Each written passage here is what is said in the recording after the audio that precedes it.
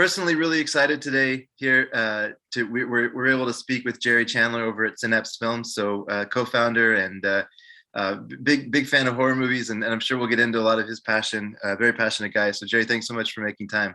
My pleasure. Thanks for asking.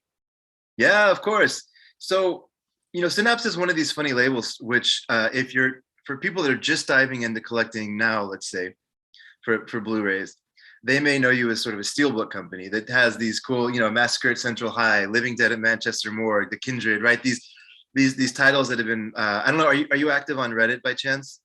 Not me personally, okay. no. Yeah, no, it's fine. So these are the ones that every time it pops up, it's like, oh, look at the beautiful artwork, like look at, so that might be how people are sort of familiar with Synapse now, but the legacy is quite extensive. And actually, I wanted to bring attention to just the company and the how long y'all have been around and a lot of that. So just for maybe 90 seconds or so, is it possible just to give kind of a background of when Synapse started and how long y'all have actually been producing physical media? I think people would be really interested in this. Sure. We actually got started in 1996, and my business partner, Don May Jr., was actually involved in the industry for a couple, 2-3 years before that with Elite Entertainment. Yep. He had let's just put it nicely, it's ancient history. He had a falling out, and I'm making the quote sign, with his partner. And him and I mean, it's an old story. As a matter of fact, I think, years ago, a professor in the Detroit area shot a documentary on us called The Synapse Story. And if you go to Google or YouTube and it's in 4 parts, you could find it and you could watch it. You could get some of this history. I hate talking about the same things over and over. So to make a long story short, we started in 96, and we started with Dario Argento's World of Horror. Yep. And Document of the Dead. And that's where we got our relationship with, it started with Roy Frumkes, and from there we went on to do Street Trash and The Sweet Life and 2 other versions of Document of the Dead for him. And he's probably one of our best friends in the business right now. We've known him for so many years.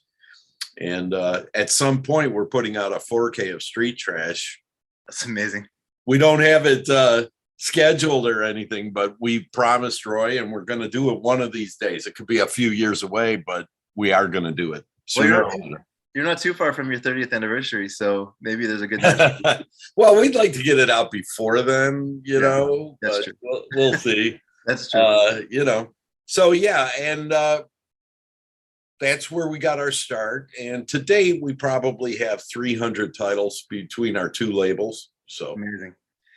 Yeah, no, that's what always surprises me is the depth of your catalog as well when you go on and really kind of dig around in there. So one of the things we've been fortunate enough to speak now to several of these, sort of boutique labels and people that are really in the mindset of kind of preserving these horror films and preserving these genre films. One of the things I've noticed is that a lot of the times the label take on the personalities of the owners. And so I'm curious, just for as a way of kind of meeting you, like, what's your story of how you got into genre films and horror films, and like, what is that journey like for you that got you to the point where this is how you wanted to do what you wanted to do for your life? Your listeners can't see me, but you can, and you see all that white at the top of the screen. That's my hair. To go back to how I got into this genre, we would have to go back to 1962. Okay. I was 3 years old. All right. And my parents used to watch a show called The Outer Limits, the original Outer Limits. And I was not allowed to see it because it was way too scary for me. Mm-hmm. So my mom would put me in bed, and then she'd walk out of the room. And as she walked out of the room, I would get out of bed, crawl to the back of the living room, and hide underneath the chair she was sitting in. And it's funny, she would always catch me towards the end of the episode and forget about it for the next week, because I did it over and over and over again. And I just loved it. And even at 3-4 years old, I knew I liked the Outer Limits way more than the Twilight Zone, because the Twilight Zone didn't have monsters. Uh-huh. And, that's literally how I got into it. I'm more of a monster movie fan than I am an intense gore fan. Although I like gory movies, but I've never been a huge fan of slashers. So when I raised my daughters, I always allowed them to see whatever monster movie they wanted to see when they were little kids. And I kind of steered them away from the slashers. My mother never let me see anything. Everything I had to do on the sly, and I didn't want my daughters to suffer that way. But that's how I got into the business. Or excuse me, that's not how I got into the business. That's how I got into horror to start. Yeah, I have a similar story about right around 5 or something. In that age, I saw Nightmare on Elm Street, and it didn't scare me. I was just like fascinated by it. And then from then on, I, I sort of knew that that was going to be where I could spend my focus. So I just rewatched Demons recently, actually. And speaking of monster movies, that kind of goes right in between that slasher and kind of a monster movie. But I was surprised at how gory it was. I'd forgotten of how gory it was. But I bring it up to say that, one of the things that's always interested me about companies like Synapse that have been doing this in the 90s and 2000s was it wasn't as easy to get rights back then, right? It's never easy to get rights. Okay. It's never easy to get rights. And some of my competitors don't even bother. But yeah, no, it's not easy to get rights now, and it wasn't back then either. But I think there's a little less competition now than there used to be. I mean, when we started, we were one of the first boutique labels out there, and then a bunch of others followed, and it got very crowded for a while. And then, of course, it can't be sustained. We had to actually find a niche to survive in this business. And what our niche is that we do differently than all our competitors is our level of restoration. Well, I mean, you kind of you tipped on something I was going to ask about. So what is it that makes you so passionate about these restorations, and can you walk through it all, how that happens? Because just the Kindred, for example, is a recent example, right? The film it will never look better than this, right? I mean, it's beautiful. What do you have, like, is this internal? Do you work with people? Like, can you talk at all about this process and why that was so important to you? The process is really a Don question, and we'll have to save that for the Don interview. Synapse is an extremely small company. It's Don and myself, our lawyer, and my daughter. So the principals are Don and myself. And because the company is so small, but so large, we don't have any overlap in what we do. I handle all business affairs. He handles all restoration. But I can give you an interesting story on the Kindred, because, there's some websites and boards and stuff like that where a lot of the fans seem to be less than friendly. They're almost like troll sites. And we've been trolled a lot about the length of time it takes us to do our restorations. I compare it to childbirth. If you go into a hospital, a maternity ward, you hear the women screaming and screaming because they're in so much pain. But once that child's delivered, they're smiling and they have this, they're happy. They seem to forget about what they went through. Otherwise, we'd be all single kid families. This is the same kind of thing. We're making mistakes by announcing things too soon. And, Don is such an amazing restorationist. For example, it took us 5 years to do Suspiria, and 1 solid year of that 5 years was waiting for, I believe it was Sony, to give us the 4.0 audio or 4.1, whatever it was. He's the technical guy. Yeah. But there were only a few movies ever made with that audio. And he wanted to, it's in that style of audio is important to the film Suspiria. So we held the project so it could be included. And of course, our version is the only version that has that 4.0 option on it. So why do I bring that up? Because, the good news is we're known for our restorations. The bad news is we're known for the length of time it takes sometimes to do these restorations. So nothing took as long as the Kindred. The Kindred was a 16-year project. 16. Okay. 16 years. We were offered the film by the Screen Actors Guild, Okay. and we bought it from them.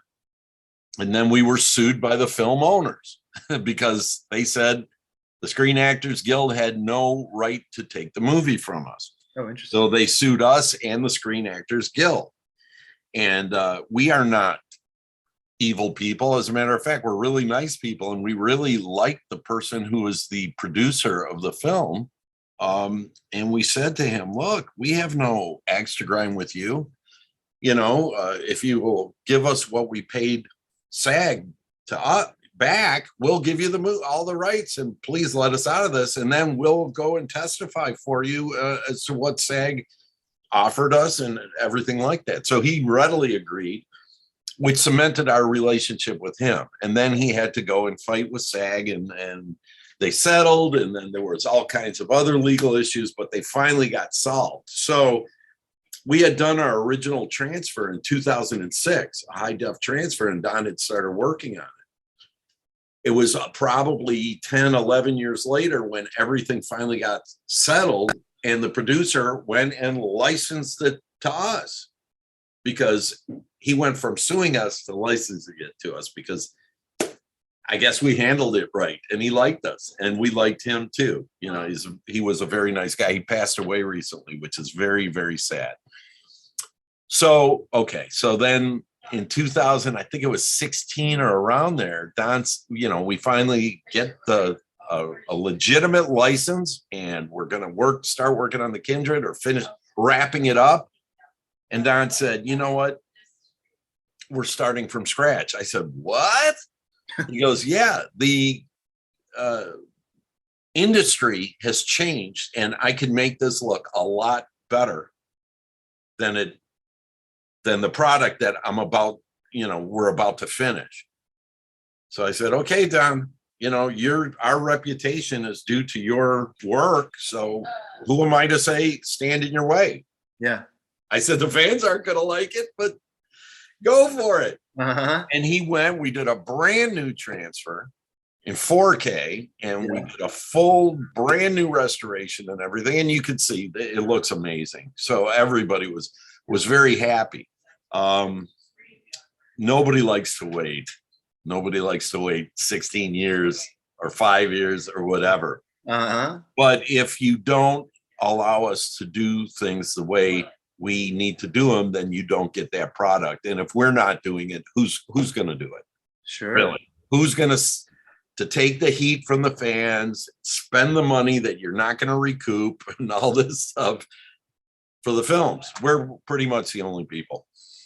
That's interesting though, because, you know, it's almost like, let's say that in the situation where the fans are complaining and then you put out a beautiful product, then the second time there's an announcement and there's a delay, like at some point you think they would kind of get that there's nope. Yeah. Nope. Okay. There's always new people. And, okay. And you know, look, they're not 100% wrong. What Don and I gleaned from the complaints was that maybe we should keep our mouths shut, and we'll announce stuff when it's almost ready, like we did with Demons 2, Phenomena, and the new Tenebrae that's coming. Yeah. We did all the work. Nobody even knew we were working on the 4K versions. Mm-hmm. And boom. So this seems to be better. So do you blame the fans for being impatient?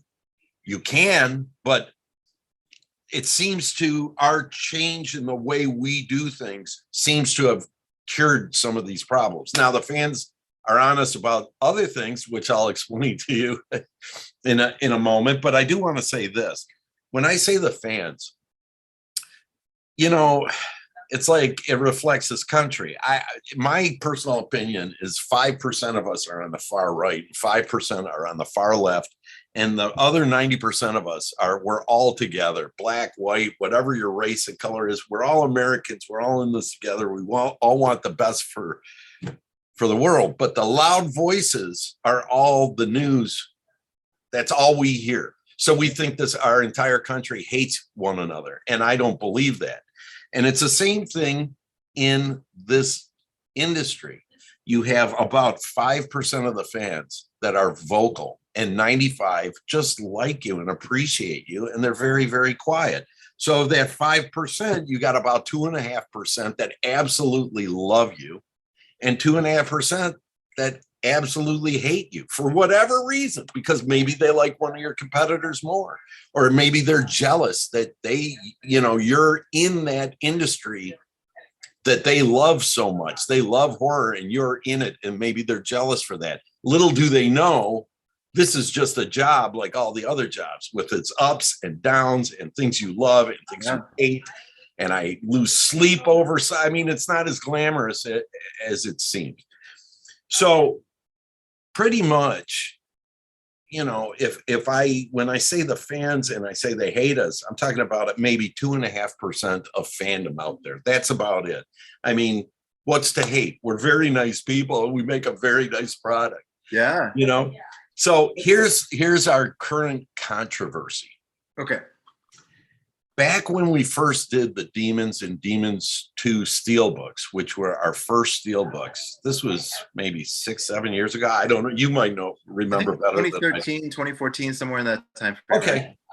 We were working out of a little office in Romulus, Michigan. It's where the Detroit Metro Airport is. All right. And I made friends with people at the tiny Romulus post office, and I got them to come on Saturday and Sunday. And we had to do 3,000 boxes, labels. It was very difficult. We ended up working that entire week, and maybe for 4 days. There were some fans that knew about it and were actually sending us pizzas to the office, if you can believe that. Really kind, wonderful people out there. But it was too much. And I was only in my early 50s back then. And, these days I'm in my 60s. And it's very difficult to do that level of loading and packing and going back and forth to the post office. So what we did was we hired our replicators maybe I shouldn't even use their name, but in San Francisco. They said to us, don't worry, guys, we could access your PayPal. We could do everything for you. We'll do your shipments for you, and they'll go out on time, and you won't have to worry, and no one will be complaining. Because some of the people would complain, hey, my friend's timestamp was at 6:45 a.m. and mine was at 6:42 a.m. and he got his before I got mine. And yeah, that's not an exaggeration. That kind of stuff was happening. And like, if you can imagine, we're trying to fill 3,000 orders as quickly as possible. And people are looking over each other's shoulders to see whose timestamp arrives sooner. And it's like, hey, we're trying the best we can, but that's just too much for us. So we wanted to avoid that. Yeah. This company, if it's not you and your product, it's hard to get the level of care. And they had a lot of problems, and they've been having a lot of problems. And, of course, some people are like, for example, Tombs of the Blind Dead, that steelbook. They told us, yeah, we're going to do it. We're ready to ship. We're ready. And we said, fine. It goes live in 2 days. So get ready, whatever. And then they decide they're moving, and they didn't tell us. And it's a huge operation. It took them 2 weeks to move. They didn't ship a single package for 2 weeks. And they didn't send out, what is it called? The tracking or anything. So, we're sitting here getting complaint after complaint after complaint. And we just decided actually yesterday that we're taking over the shipping of the Tombs of the Blind Dead, and we're not going to be third partying the shipping anymore. There's been too many complaints, not that people aren't getting their product, but it's that the shipping company is taking too long and not being communicative. So everybody who ordered from us got or is getting their product, but it's just not worth parceling it out if all we're going to do is get complaints. So we joke a little bit on behind the scenes that, so let's just take Living Dead of Manchester Morgue, for example, right? Mm-hmm. Beautiful package. Let's say that is it right? Usually around 3,000 to 4,000 copies, kind of limited, right? Is that kind of in that ballpark? Some a little more, some a little less. Okay. So, you know, of that, there's probably 100 people that, or maybe 200 that have seen the movie and love it and are buying it for that reason. And then there's another 2,000 or so that are buying it because they maybe heard of it and it's a beautiful package and they want it. And then there's another group that just has to collect and sort of like it's going to sit on their shelf and they'll never watch it. And we have a hypothesis that it's the last group that is the one complaining. It may be. I have no axe to grind with any of those folks. You know, people, I understand it. See, the difference is I'm now an old man. So I know that anything I ordered in my life, I have a whole life to look back on and say, you know what? None of it made any difference at all. It came in and went on a pile. Right. That's because I'm old. Younger folks, they want what they order. And that's why, you know, my daughter and I, when people call in or when we come into the office and we get shipments out faster than anybody. Usually you order from us and by the end of the day, your order's in the mail on its way to you. Because we know people want what they want. They want it. So I got no problem with that. That's awesome. I will say, any of you guys out there that are like number 3, watch Living Dead at Manchester Morgue. It's my favorite zombie film of all time. Oh, and so yeah, we put so much into that. We almost spent as much as we spent on Suspiria on that one. So it looks great. It sounds great. It's totally uncut. And it's such a great movie. It really needs to be seen. And if you can't afford the Steelbook, then buy the Blu-ray, you know, which is coming out. And again, don't just do it for Synapse's benefit. You'll love the movie if you love zombie films. Well, so that last point, that's what's so interesting to me about where we are kind of in the history of physical media, right? Because I think back in 2000 to 2010-ish, it was most people had DVDs of some sort. And so it was just a matter of like which ones you had, you know, like it wasn't really like, do you have DVDs or not? It was just like, are you more of an action person or horror or like, you know, whatever. Mm-hmm. But now it's because not everybody has a physical media collection anymore. What's being done is like a lot of these definitive editions of these movies now are sort of where it's at, right? So there's never going to be a better version of Manchester Morgue out there. It's impossible. And as people discover these movies, they're being preserved through companies like you. And that's what makes it so fascinating to me because, you know, it's Jorge Grau, right? Is the director? Yes. Or maybe his producers. They don't have the means and the distribution to be able to kind of preserve and restore and get this out in a way that they would want to. So it becomes incumbent on you to fill that void for them. Question for you. Did you open that Living Dead at Manchester Morgue? Yeah. Okay. Did you watch the Jorge Grau? We did a brand new documentary with him and it was completed just 3 months before he died. He just passed away. Okay, so in total honesty, I haven't. I've been meaning to watch it. I didn't realize that he died. That's crazy. But that goes hand in hand with what you said about preservation. It's at 9. Yeah. Yeah. Oh, show him open that.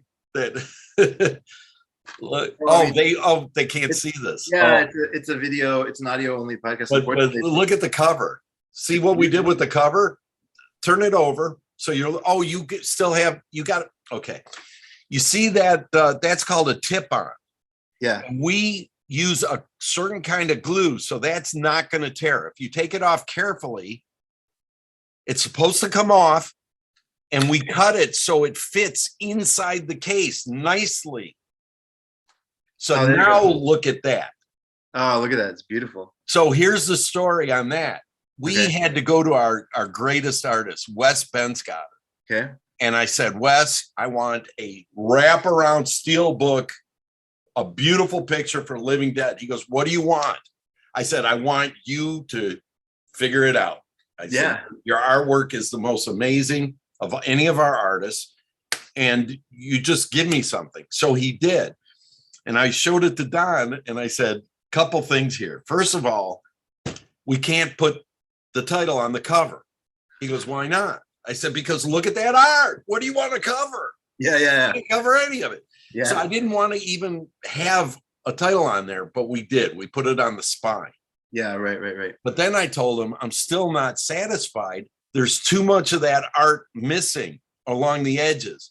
So we did a poster that's inside. of the full piece that Wes did. We didn't make any money, extra money off that.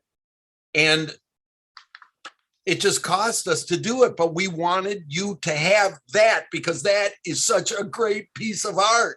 I mean, it's frameable. It really is. Do you see them holding each other? That's not on the front. Oh, yeah. You know, it's amazing. How do you cover, you know, so that's what we do. We're more in love with the product than we are in the profit from the product. And I think that shows in the product.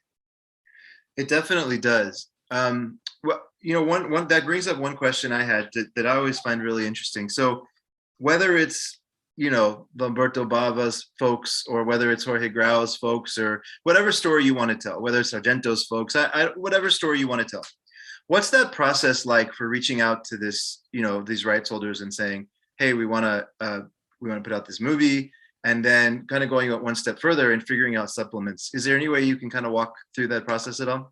Well, I'll be perfectly honest with you. We're known as really the boutique labels. We're the restoration company. Okay. So generally, the movies come to us, not the other way around. It's not like we're sitting there going, you know what, this is a great movie, let's go after that one. Okay. What usually happens is after the producers or directors, whoever owns the film, have made enough money by giving it to other labels, at some point they'll come to us and say, you know what, we just want this movie restored and preserved in a permanent way, so whatever. And then they come to us, and it's usually a pretty easy deal to make. Wow. You know, because they know we're putting in so much money that we can't just give it, you know, a huge advance or whatever. And it comes to us. They're motivated to come to us. When the person is just looking for the highest bidder, we never get those movies. Right. Never.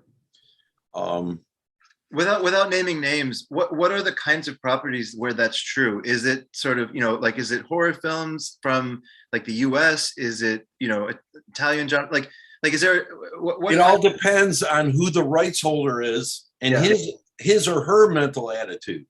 Okay. In other words, if she just wants to score as much money as possible, they'll put it out to the highest bidder. It's their right to do that. So it happens. And there's even, I had a guy for a movie that everybody knows, but I don't want to mention his name or the movie, but it's been released by 5 or 6 different boutique labels because all he does is give people a 2-year license. Hell, I can't even restore the movie in 2 years, let alone have it out and whatever. There's too much work to be done. Hence, there's never been a nice version of that film. And I won't talk to the guy because it's just a waste of my time. You know the answer already, right? Yeah, it's just a waste of my time. Why try and convince him when all he cares about is the dollars? And you know what? Let me just say this. He's got every right. It's his property. I can't dictate how people should want to treat their films.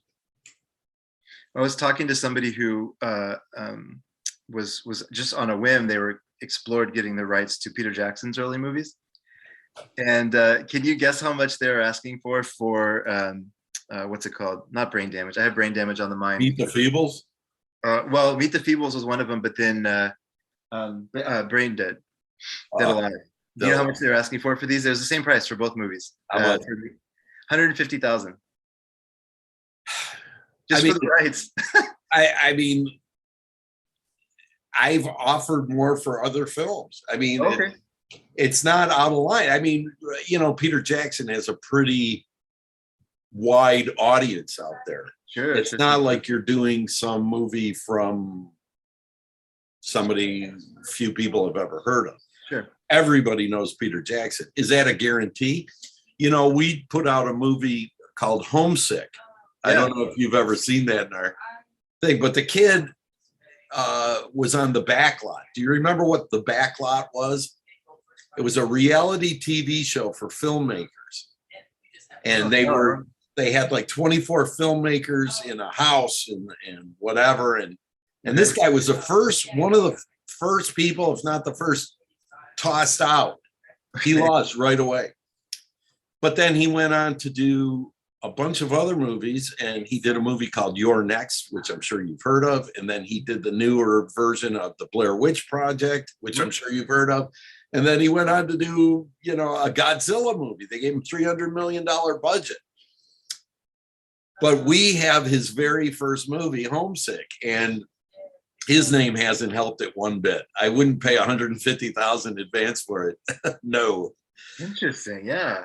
That's interesting. Yeah, it's hard to know, but yeah, certain people. Jackson certainly has well, anyways, not to go too cachet, you know. Yeah, for sure. Those movies are so wild. No, it's a lot of money. It's definitely a lot of money. But when you say Peter Jackson, you know, I think, you remember, I'm the business end here. I think, oh, a lot of people know about that guy, Lord of the Rings, and you might get your investment back. King Kong. Yeah, you'll get some. You know, again, you know, was Dead Alive a great movie? Was Brain Damage a great movie? I don't know. They were fun, but I don't know if I'd call them great. So you do have a point. It is a risk. Yeah, they're sentimental though, right? I mean, I remember the first time that I saw Dead Alive, there's that scene with the lawnmower where he's just mowing through zombies or whatever, like, or aliens or whatever. Yeah. And like, I remember that, like, you know, it's just one of those moments that you experience and you're like, okay, it's almost like in that spaghetti Western Django, when he opens up that coffin for the first time, you know, you're like, there's certain things you kind of just remember as right. watching all these old movies. So I guess one of the questions I have for you then is, you mentioned that people come to you for these definitive restorations. I think that's super interesting. But if it's getting harder and harder to do, and you're having to specialize, and you're having to work harder for things now, why do you still do it? Why is Synapse still around? I'm really happy you are. I just like. Well, because it's never really changed. We've done this from day one. We've done restoration work. The only thing that's different now is we're kind of more selective. If you look at our library, you'll see 300 movies. You'll see a lot of movies that people don't really care about or they haven't heard about. You know, when we started, I wanted to do great indie films because I always thought indie horror was the greatest, you know, not all clearly, but there's always some great indies that no one's ever seen. So that's how we started. And of course, I learned very quickly that nobody gives a damn about indie films. Nobody bought them. I mean, I have Night Train. I have that Japanese zombie movie, Undertaker. These are amazing movies. I have a movie that was actually banned in Italy. For real, it was banned. It was called Moratoris with gladiator zombies. Great movies. Nobody buys. So we're more now, we're taking our time, we're doing bigger movies, and we've always taken our time. So we're releasing them in a way. Well, another thing is we switched to a new distributor, which has helped us a little bit. So, I mean, look, what else are we going to do? I was in the steel business for 31 years and I retired. I'm basically, this is the love of my life. This is a hobby that turned into a business that keeps a retired guy busy, and it's Don's livelihood, but we've kept it small. So, I mean, we're not releasing 100 titles a month or 25 titles a month or a quarter or whatever. We do a couple and they're always great. So our fans tend to buy whatever we put out, and it keeps us in business. Well, I'm always, you know, kind of aware of people's times. I asked you for about half an hour, and I know you've been gracious enough to go give me more than that. One of the things I always want to make sure I give time for is what's next for y'all in that case. So what are some things that you want to talk about, put on people's radar, not too far in advance, so you don't get people angry about it, but. Well, we have, you know, if people have been following along and they've been picking up on our 4Ks and our newer Blu-ray versions of Demons 2, Phenomena, Tenebrae is coming. A lot of people asked us if we could do a special cover. They did, you know, they liked the art for Phenomena, but they wanted an extra version that had the original art. So we thought, oh, okay. So we're doing a few extra Tenebres with the original art, and those are selling out fast. So if you want those, you should get on the website and get your pre-order in. Then there's going to be a larger with our new art, which is absolutely stunning. I don't know if you've seen it or not, but it's another Wes Ben Scotter cover, and it's just jaw-dropping. And the back cover is amazing too. When I get art like that, I scratch my head and I ask, how can people prefer the original art? But then again, I'm no judge. People like what they like, and that's all there is to it. So we're happy to accommodate them. We do like the people who ask nicely, instead of the ones who say, hey, you guys are a bunch of a-holes. Why didn't you do this? That kind of annoys us a little bit. But the ones that say, you know what, we really appreciate the work you put into this. Can you do a version next time that has the original art? And then we go, oh, absolutely. Sorry, we didn't do it the first time. That's kind of how we are. We do have a couple of big movies. I don't want to say, but they're going to be in the fall. And I usually let Don do these type of announcements. But I'll tell anyone listening that there's some more big things coming from Synapse. You're going to be smiling after Tenebrae. Don't worry. Lots of things. So, we're going to do this for as long as we can do it. Don has had some medical issues, and he's had some surgeries and stuff like that, but he's getting through them. And, look, we're not going to be around forever, as you can tell, because you can see me. But we are going to be around for a while, and there's going to be some more amazing things. Not a ton, because we don't spit out titles. We work on each one very, very, thoroughly.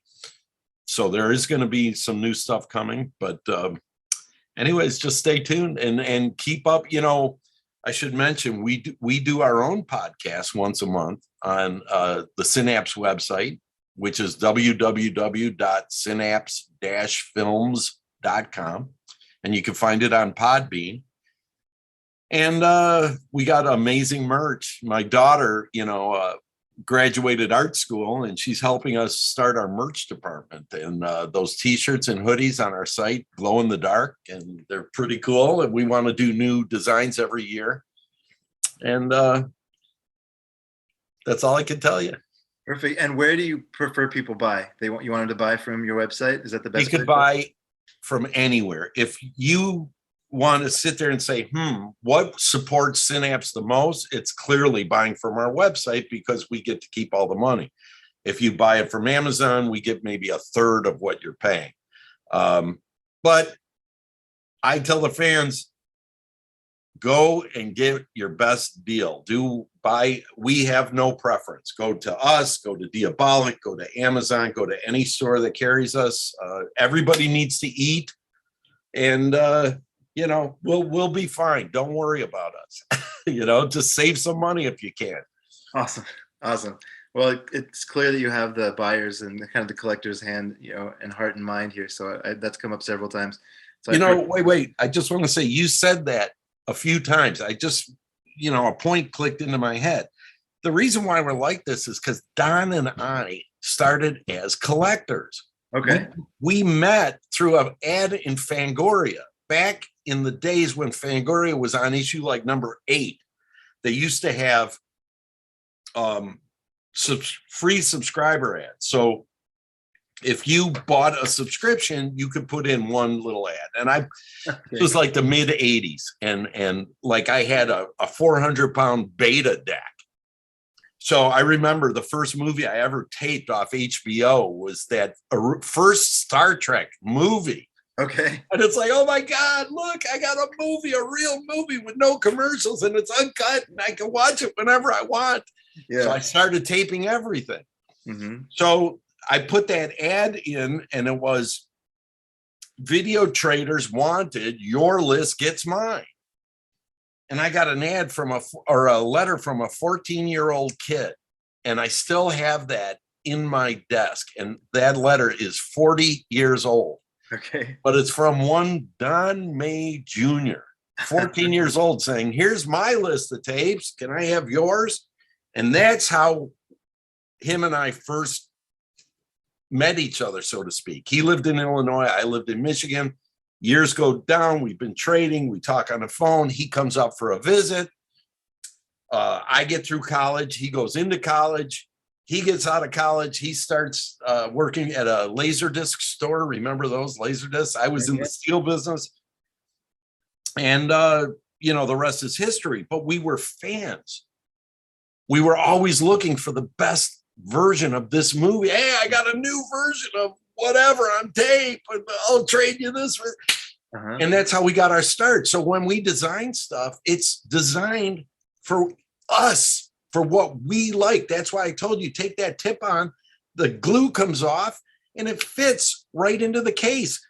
So if you get like a Paramount or a Fox or, the major studios, a lot of times those tip-ons go over the top and stick up and you got to tear it off. You got to throw it away. You feel terrible as a collector because you're throwing away some of the packaging. But what else are you going to do? It won't fit unless you fold it into a little, right?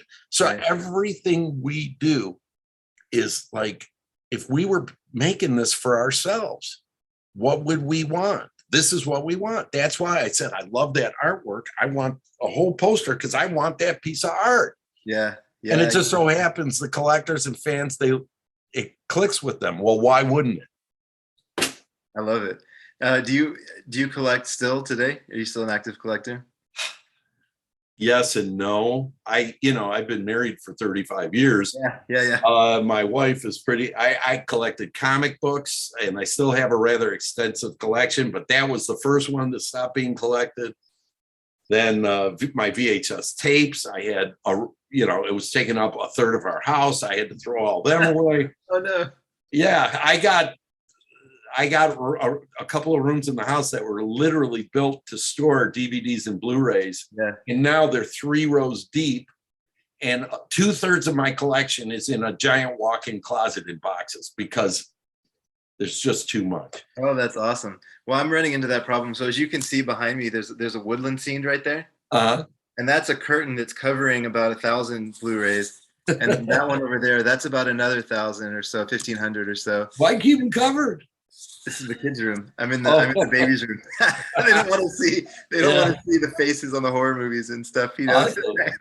Well, remember when they're old enough, keep them away from the slashers. But the monster movies, you can explain monsters don't exist. Oh, we've already started on Godzilla. We've started there. He's the old Godzilla movies where it's like the baby Godzilla and all that stuff. Like I'm already starting him down that path for sure. That's awesome. Yeah. Thank you, Jerry. What a fun conversation, and I'm gonna keep supporting as long as you keep putting out. So thank you, and anytime you just give me a call and we'll talk anytime you want to talk. Awesome. I really appreciate that. All right. Thanks. Talk soon.